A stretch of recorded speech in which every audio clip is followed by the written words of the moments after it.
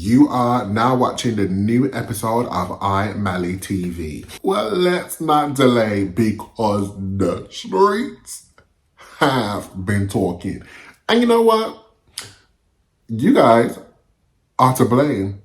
Without any further, let's get into these because this is going to be a good one. So if you guys remember I think I was talking about it last week and the week before about the bus strikes that were happening in Birmingham. And now the buses are back to normal. There is just a little something that I need to say to National Express and the bus drivers for the outcome of this strike.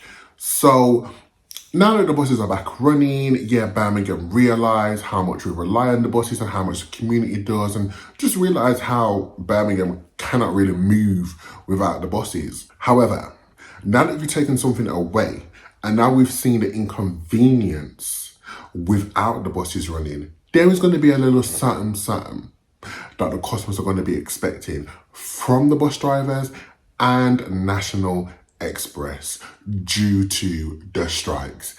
And have the bus drivers shot themselves in the foot because of the strikes? Maybe so. I don't know about you, but as a commuter on the bus, there is just a little something that I'm going to be expecting now that we're back to running and now that they've received a pay rise and, now that everything is funky-dory for now. There's just going to be a little something that I feel like the public are going to be expecting since we were out of pocket for you guys not running. There's going to be a little something that we're going to be expecting from you. So, number one, we're going to be expecting less of the attitude because these bus drivers, they are rude, sassy, and ignorant. And obviously we know that the bus drivers are going to be expecting less of the attitude from us. However, if you want less of the attitude from the customers, there's going to be something else that we're going to be expecting from you. And even though I know you're on the bus and natural traffic happens, we're going to be expecting you motherfuckers to run on motherfucking time. Because it's not okay that I have to go a week without paying to get to work and back, but yet still now that you're back to normal, you want to be running the same antics. I think the fuck not. So you guys are going to need to start running on time. Thirdly, the buses need to be clean, okay? Especially after the school run, clean. Newspapers dashed all over the gaff, Dixie chicken boxes all over the gaff, clean. And if the prices are going up, those motherfuckers better be clean. Furthermore, if National Express are going to be putting the prices up, I'm going to be expecting new buses with air conditioning because there is no way I'm going to be paying extra money to be traveling on the bus and we're going to be sitting on the bus in the summer sweating my ass off because there's no air conditioning and the little piece of window that they expect to be ventilating the bus doesn't work. So you guys are going to have to be putting new buses with air conditioning on the bus so that we can have a comfortable journey. And if there is any more, please put it in the comments below. Because I know for a fact, people are definitely going to be expecting a little bit more if National Express are going to put the prices up. And if you guys are going to strike, you guys put us out of pocket. This was the inconvenience for us. So you guys got what you wanted, but now it's time for the public to tell you what we want. Period. This week on iMallyTV, because the streets have been talking. Ooh, child.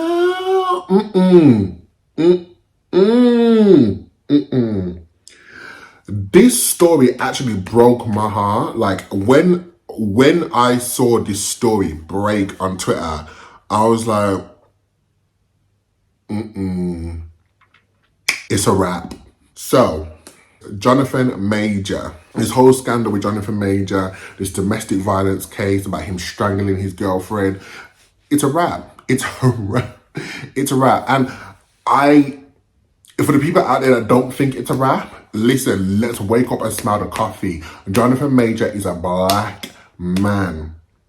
They were writing off, what was his name? The guy that plays Johnny Depp. Johnny Depp was close. His career would have been done if he didn't win his case. Career done, okay? Jonathan Major, his career is just setting off. And this story of him strangling his girlfriend, it's a wrap. It's a wrap. It's a wrap. Like, let me tell you something. Marvel would write this motherfucker out like Shonda Rhimes wrote out Columbus Short in Scandal. Written out. Like, they will write this motherfucker out, okay? So Twitter, when the streets were literally talking, the black streets, we were upset. We were like, it was like a funeral, and he ain't even dead. A lot of people were bringing race into it, like saying, why was he messing with a white woman? And you know, we ain't gonna touch on that. We ain't gonna touch on that today. We ain't gonna touch on that today. But what we are gonna talk about is, we're gonna talk about his lawyer revealing the text messages that his girlfriend allegedly sent to him about the whole thing, saying that she didn't say, that she strangled him, blah, blah. All these text messages that were released. If you haven't seen the text messages, I'm going to post them here.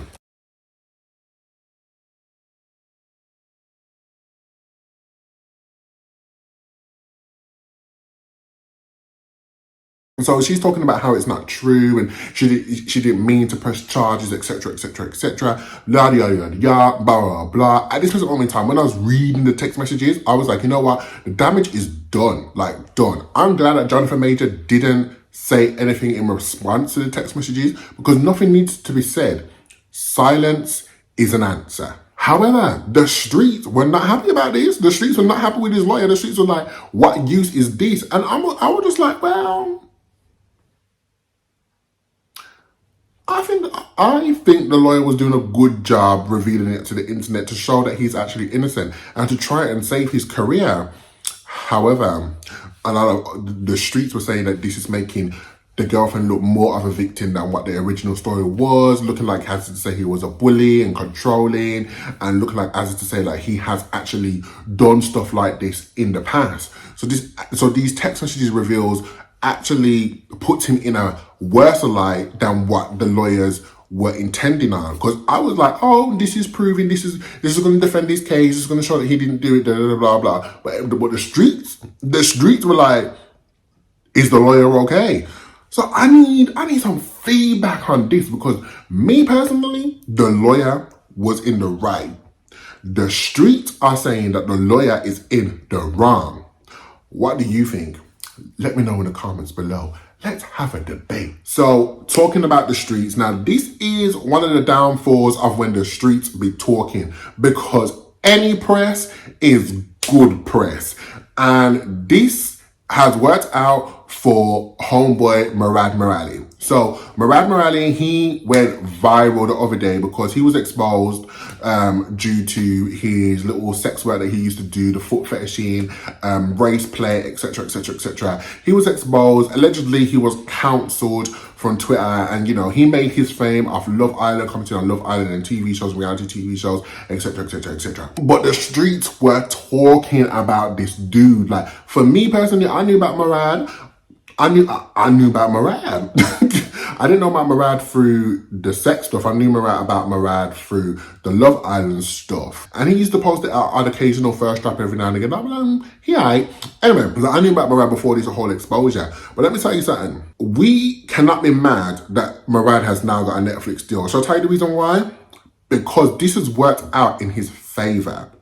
Because the streets were talking. So we have nobody else to blame apart from ourselves. Now, I know that people wanting to raise awareness, wanting to expose him, especially with the race play, which he says he didn't do. But let me tell you something now. As a gay man and in the gay community, that shit ain't going away. Racism ain't going away. Race play ain't going away. So therefore, we did it. But the streets were talking. My man was trending topic. I'm sure he even hit the newspapers like The Sun. Were talking about this dude. People were talking about him. So, to the media, this man is famous. He got the people talking. He has an audience. He was a trending topic. If you didn't know about Murad Merali before the exposure, you know about him now. To turn that all around, homeboy's got a Netflix deal. So, if you mad, stay mad. Because at the end of the day, we have nobody else to blame apart from ourselves. So when you think about counseling someone, you really, really, really need to look into it, because you guys were talking. The streets were talking. And sometimes it's just not good to talk because they either benefit from it or have a downfall. And in Murad's case, he benefited from it. Oh, by the way, so Murad's got a Netflix deal with Love is Blind. Big TV show, you know. Big TV show. Doing his commentary, talking about the new season of Love is Blind. Do you know who he has to thank? The streets. Because you guys be talking. The energy that the streets put into to try and put an end to his career and to the end to his hustle has actually turned out to benefit him. And I generally cannot be mad. In all honesty, I'm sitting here taking notes, child, because let me do something scandalous so I can get you guys talking, so you guys can talk about me, so I can get myself a little TV show. You know what I'm saying? Let me start doing that shit, okay? In all honesty, congratulations, Murad. I have my eye on you. New Music Friday. So, Chloe Bailey has just released her new album, In Pieces. And this is an album that a lot of people have been anticipating. Chloe's singles, her lead singles, they haven't been the strongest. And a lot of people don't know whether they're coming or going. She recently released Body Do about a couple of weeks ago. And that's really got the fan base talking. And, you know, people were starting to get excited for the album. But previously, people weren't as excited as they originally thought. So the album's been a little bit coming and going. And I've listened to the album. I've listened to it once, and I'm not going to lie to you, upon the first listen, it is actually decent. She started off her career with, what's that song that samples Laffy Taffy? She started off her solo career with the single Have Mercy, which I'm sure it samples Laffy Taffy. And I wasn't a fan of that song, to be honest. I was just like, yeah, no. Treat Me was okay, but listen, the gays could not stop singing that motherfucking song. But none of those songs that she released previously are on the album, and I really enjoy that because the album is nothing like Have Mercy. It's nothing like that. And I appreciate that because I didn't like Have Mercy. I didn't like it. So the tracks on the album is definitely a whole body of work that is completely different to the singles that she's previously released. I feel like the album is very strong. It's not dedicated, it's not for everyone. The only critique that I would say is I feel like the track listing is just a little bit messed up. Like I feel like it could have been in order a little bit more. I just feel like the track listings is just a little bit all over the place, but that's just me with my music and my playlist. Like I will be like, yeah, I will put this song here and I will put this song there. That's just me being me. But the songs that I like from the album are, I Don't Mind is an Afrobeat inspired song. She needs to get an Afrobeat artist on that remix. Chloe could turn I Don't Mind into a mega Afrobeats remix and include a star-studded Wizkid, Davido, Thames, Burna Boy. She could literally do a star-studded remix and that song would be a motherfucking hit. Remember, I told you. Feel Me Cry, literally, Feel Me Cry it's an acquired taste. I like it, but I got a feeling that not everybody will like it. Make It Look Easy, for me, is one of the standout tracks on the album. It's emotional, it's a little bit dark, it's just not what you're expecting to hear from Chloe from the lead singles that she's released. So Make It Look Easy, for me, is definitely a standout track. And if you're into your emotional side, I definitely would encourage you to listen to that track. Told Ya, featuring Missy Elliott, is definitely a standout track. If you're into your up-tempo stuff and if you like to Have Mercy, etc., etc., etc., you will love Told Ya. That, for me, is the standout track. That, for me, is better than Have Mercy. Just saying. And then the new single that she's released, Cheat Back, featuring Future. Now, I personally, I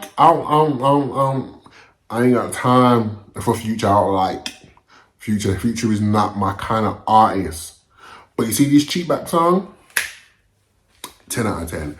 10 out of motherfucking 10. So the songs that I like have been put onto my playlist, iMally Spring 2023 playlist, which is currently available on Spotify and YouTube. So make sure you guys go check that out and go listen to the songs that I like, which might encourage you to go listen to the album in its entirety.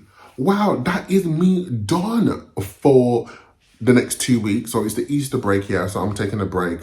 I will be back here April the 21st, where I will be giving you the latest of what the streets have been saying, because you know the streets are always talking. Thank you for watching. I love you for watching. Don't forget to like, comment, subscribe, and share. Follow me on Instagram, iMallyUK. Follow me on TikTok, iMallyTV. And also, don't forget to follow me on Twitter. Search iMallyUK. Search for me on Spotify. Search iMallyUK as well. I love you for watching. Thank you for watching. And I will see you soon. And I hope you have a good Easter break.